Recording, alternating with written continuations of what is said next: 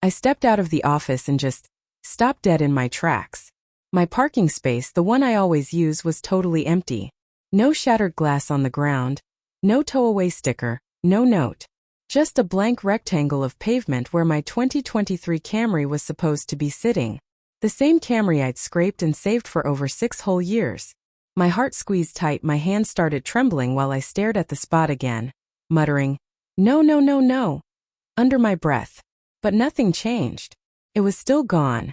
My very first brand new car, finally paid off, had vanished. When I called my parents in total panic, the answer they gave didn't just knock the wind out of me. It made me realize this wasn't a random theft. It was something way worse. All my life I'd been told being the strong one was a good thing. People threw it around like praise, like it meant I was dependable, level-headed, the daughter who had it all together. Nobody ever talked about what it actually cost. Being the strong one meant you were the safe one to keep taking from, because you wouldn't make a scene big enough to bother anybody. My name is Mia. I'm 30, a software engineer here in Denver. For as long as I can remember, I've lived in that weird gray zone between duty and being invisible. On the outside, people see calm, neat clothes, light makeup, a steady voice. On the inside, I've spent years swallowing everything: pain, letdowns, anger, until it all sat like rocks in my gut. My family always said Sophie needed more than I did. She was the sensitive one, the emotional one, the kid who felt everything 10 times harder. I'd watch Mom and Dad orbit around her like she was made of glass, protecting her from even the tiniest draft, while they just assumed I could handle any hurricane on my own. By the time we were teens, the pattern was crystal clear. I worked after-school jobs, wiped down tables, counted every penny, and saved for months to buy a beat-up laptop that sounded like a dying lawnmower. The very next morning, I saw Mom set a shiny new MacBook on Sophie's bed. "She needs it for a school project," Mom told me. I just nodded, acting like the floor hadn't just tilted under my feet. At 18, Sophie borrowed my bike for like an hour. It showed up 2 days later, dumped in the rain behind some friend's house. Chain rusted solid, seat ripped to shreds. "Don't be so dramatic," Dad said. "You can fix it." She didn't mean anything by it. That day I learned the rule in our house. Intention mattered more than what actually happened, at least when it came to Sophie. College was more of the same. I juggled 2 jobs, pulled all-nighters in the library on cheap instant coffee, always under pressure to take care of myself. When money mysteriously disappeared from my savings, I found out weeks later it had gone to cover a class Sophie missed the deadline for. Mom just smiled and said, "Family helps family." By the time I graduated and moved to Denver, I'd stopped expecting anything to be fair. Being on my own felt safer than hoping for better. I built a quiet little life, paid bills on time, solved my own problems, never asked for help. And after 6 solid years of grinding, I finally bought something that was truly mine. A silver 2023 Camry. Brand new, dependable, 100% earned. Every payment felt like a personal win. My parents said congratulations, but I caught that look, that tiny flicker of discomfort, like my success threw everything off balance. Sophie had wrecked 3 cars in 5 years, and each one got replaced, no questions asked. My car was different. It held every late night, every sacrifice, every bit of pride I'd built all by myself. That's why the empty parking space didn't feel like a normal theft at first. It felt like the same old pattern I'd spent my whole life trying to escape. When I first saw it was gone, I did what anyone would do, tried to rationalize it. Maybe I parked on a different level. Maybe it got towed by mistake. Maybe I was just exhausted and forgot where I left it. But after circling the lot 4 times, an icy certainty settled in my chest. My car wasn't misplaced. It was taken. Breathing got shallow. I yanked out my phone, thumbs sliding all over the screen, and called the 2 people I thought would help calm me down, my parents. Mom answered on the second ring, way too cheerful, like she was waiting for good news. "Mom," I choked out, "my car's gone." "Was it towed? Do you know anything?" "Oh, sweetie, relax," she said, light as air. "We gave it to Sophie. She needs it more right now." Just like that. Same tone she'd use if she borrowed a jacket, not a $30,000 car I'd spent 6 years paying for. "What?" My voice cracked. "You gave it to her?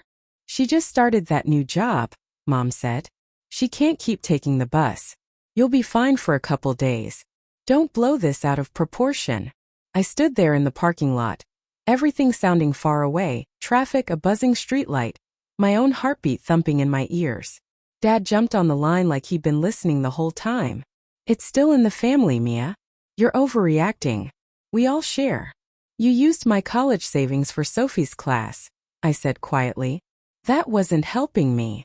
Silence. Then Mom sighed like I was the exhausting one. Don't start this again. Your sister's trying. She's had a hard time. Hard time. The same hard time she'd had for a solid decade. Flashbacks slammed into me. Sophie crying after wrecking her first car. Mom and Dad hugging her, calling it bad luck. Sophie texting and folding the front end of the second one like an accordion. Dad saying she was shaken up, don't yell at her. Sophie partying and totaling the third. Mom whispering she needed support, not judgment. 3 cars in 5 years. And now mine, my first new car, my little miracle. Handed over like an extra pair of sneakers. Mom, I said slowly, I never gave permission. You took my key. You took my car. We borrowed it, she snapped. Stop being selfish. Selfish. That word sliced deep old familiar pain. Something inside me bent, then broke clean in half. All those years of swallowing hurt, fixing messes that weren't mine, pretending it didn't sting. Every boundary they ignored. Every time they said, you're strong enough to deal. I wasn't strong right then. I was shaking with rage so cold it almost felt calm. Give her a few days, Dad said. She'll bring it back. No, I answered. She won't. Mom's voice turned sharp. Mia, don't do anything stupid. But they'd already said the one word they always hid behind, family. Family was their shield. Family was their excuse for everything. Family was the rope they thought I'd never cut. For the first time I saw it plain as day. I wasn't the strong one. I was just the one they counted on never fighting back. Not this time. I pulled the phone away from my ear, Mom still talking, scolding, pleading, and ended the call. Then I dialed 911. Officer Ramirez showed up 20 minutes later. Sunset bleeding orange across the Denver skyline. Just her stepping out of the cruiser made the world feel less tilted. I handed over every piece of paperwork. Registration, insurance, payment records. Hands still shaking. All in your name? She asked. Yes. 100% mine. She nodded, jaw tightening a little. And nobody had permission to take it? Nobody. Saying it out loud, clear, firm. Felt like planting my feet on brand new ground. She photographed the empty space, noted the security camera overhead, and put out a bolo with Sophie's name. When my sister's name went out over the radio, it stole my breath all over again. Family theft is still theft, Officer Ramirez said. The law doesn't care about feelings. Those words hit harder than the missing car ever could. My whole life had been one long exception. Me making myself smaller so Sophie could take up more room. Me soaking up consequences so she never had to face any. Not anymore. For the first time ever, somebody finally drew a line my family had always pretended didn't exist. When Officer Ramirez walked away, the parking lot suddenly felt huge and way too still. I dropped onto the curb and just stared at the empty pavement. This was supposed to feel like a win, like I'd finally taken something back. Instead, a heavy knot of guilt wrapped tight around my chest. My parents' old words started looping in my head. Selfish, over the top, ungrateful. The same labels they'd stuck on me since I was little. Heading back to my apartment, I felt completely empty. The place that was normally my safe spot now felt strange, like it didn't belong to me anymore. I made some tea, but it tasted like metal. I sank onto the couch in the dark, city lights blinking through the blinds, and just let the full weight of what I'd done settle over me. Turning in your own family isn't some tidy choice. It rips at every old loyalty, every family rule you grew up swallowing. But then I pictured Sophia behind my steering wheel, laughing, snapping pics, maybe even telling people the car was hers, and my stomach turned inside out. She hadn't called. Not once. Not even to check if I was okay. Mom and Dad hadn't either. That silence spoke louder than any argument ever could. Later that night my phone started blowing up. Unknown numbers, cousins, aunts, all delivering the exact same script. Drop the report. Don't tear the family apart. Be the bigger person. Not one of them asked how I got home. For the first time I let every call go to voicemail. It wasn't bravery. It was pure exhaustion. And somewhere inside that exhaustion, Something brand new started to grow: determination. They had finally crossed a line I wasn't willing to erase. 3 days after I filed the police report, my phone rang while I was at work. I hadn't slept much, hadn't eaten much, just floating in this weird limbo between scared and stubborn. When I saw Officer Ramirez on the screen, my heart stopped for a second. "We found your car," she said, calm and straight to the point. "Your sister got pulled over for speeding outside Aurora. The vehicle's been towed to impound." Impounded. The word slammed into me: relief, rage, dread, all at once. "And Sophia?" I asked, my voice barely there. "She's okay. She's being interviewed right now." Of course she was okay. My hands shook while I thanked the officer. The second I ended the call, the guilt rushed back in, thick and choking. Sophia sitting in an interrogation room. My parents freaking out. Relatives already sharpening their knives to call me the monster again. But underneath all that guilt ran something ice cold I hadn't felt in years: justice. That evening I drove a rental out to the impound lot. The building sat behind a tall chain-link fence, harsh floodlights cutting through the twilight. The clerk slid some forms across the counter without even glancing up. "Silver Camry, row 34. My footsteps echoed on the concrete as I walked the aisles, heart thumping louder with every step. Then I spotted it: my car. Except it wasn't the car I'd left in that parking lot a few days earlier. Fast food bags and wrappers littered every seat. Makeup streaks smeared across the passenger door. A half-spilled energy drink soaked into the center console. Mud caked the floor mats. Gas needle practically on E. My emergency blanket was wadded up in the back like garbage. Someone had taken something I loved and treated it like trash. "She only had it 8 hours, I whispered to myself. "She did," a voice behind me answered. I spun around. "Officer Ramirez." I swallowed hard. "Sophia. My sister." Ramirez took one slow look at the disaster inside, then let out a long breath. "This kind of mess? Pretty common. People treat things they didn't earn a whole lot differently." No judgment in her voice, just raw truth. I gripped the door frame and breathed deep. All the anger I'd carried for years suddenly sharpened into perfect focus. Everything clicked. The bike they let her leave in the mud when we were teens. The savings they took from me to pay for her dance classes. The brand new laptop handed to her like she was untouchable. They'd taught Sophia the most dangerous lesson of all. Consequences don't apply to her. But not this time. After I signed the last form, Ramirez dropped the keys into my hand and paused. "Whatever comes next," she said quietly, "remember, holding someone accountable isn't cruel." Those words rode home with me.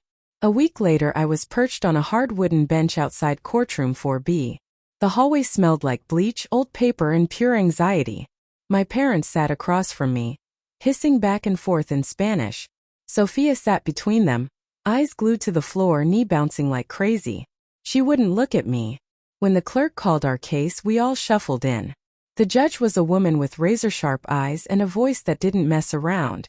She flipped through the file, then fixed her gaze on Sophia. "Miss Morales, I understand you're entering a plea today." Sophia nodded, barely audible. "Yes, Your Honor." "Please read your prepared statement out loud." I didn't move a muscle. I needed to hear this. Sophia's hand shook as she unfolded the paper. "I, Sophia Morales, admit that I took my sister's car without permission. I knew it wasn't mine. I took it anyway because I thought she'd just let it go like always. What I did was wrong. I'm sorry." For the first time in forever, my little sister sounded like a grown-up instead of a kid wrapped in excuses. The judge nodded. "Let the record show a guilty plea." My heart was pounding in my throat.